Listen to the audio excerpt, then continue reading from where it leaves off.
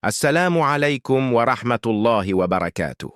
Si vous examinez la vie du messager d'Allah, sallallahu alayhi wa sallam, vous verrez qu'il donnait de l'espoir aux gens. Il leur faisait sentir qu'ils étaient spéciaux.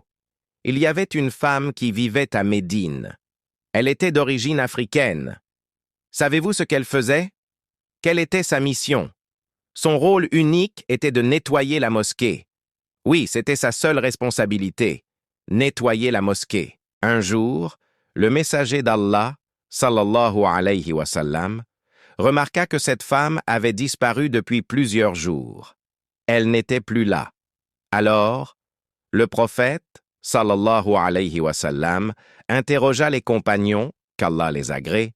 « Où est passée cette femme qui nettoie habituellement la mosquée?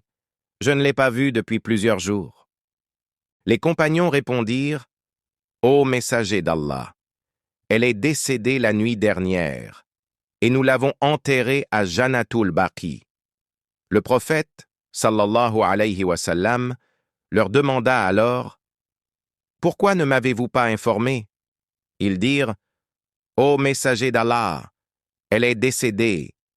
Nous l'avons enveloppée dans un linceul, nous l'avons purifiée, puis nous l'avons enterrée. » Cette époque, les personnes d'origine africaine vivant dans cette région du monde étaient souvent issues d'un passé d'esclavage. Le récit indique que, pour certains, cette femme n'était peut-être pas considérée comme importante. Pourquoi? Parce qu'elle n'était ni des Muhajiroun, émigrés de la Mecque, ni des Ansar, habitants de Médine ayant soutenu le prophète. Elle ne participait pas aux grandes consultations, elle ne faisait pas de dons importants.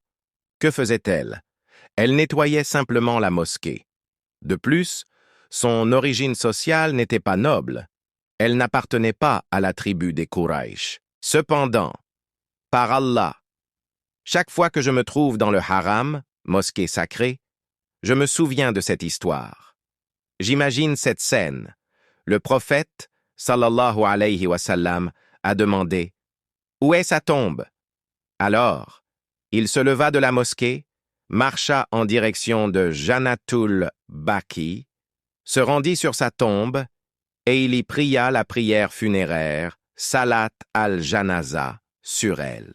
Je ne connais aucune autre personne, hormis cette femme, pour laquelle le messager d'Allah, sallallahu alayhi wa sallam, se soit rendu sur sa tombe après son enterrement pour prier la Salat al-Janaza. Pourquoi? Parce que le messager d'Allah voulait transmettre un message à vous et à moi. Cette religion est celle d'Allah.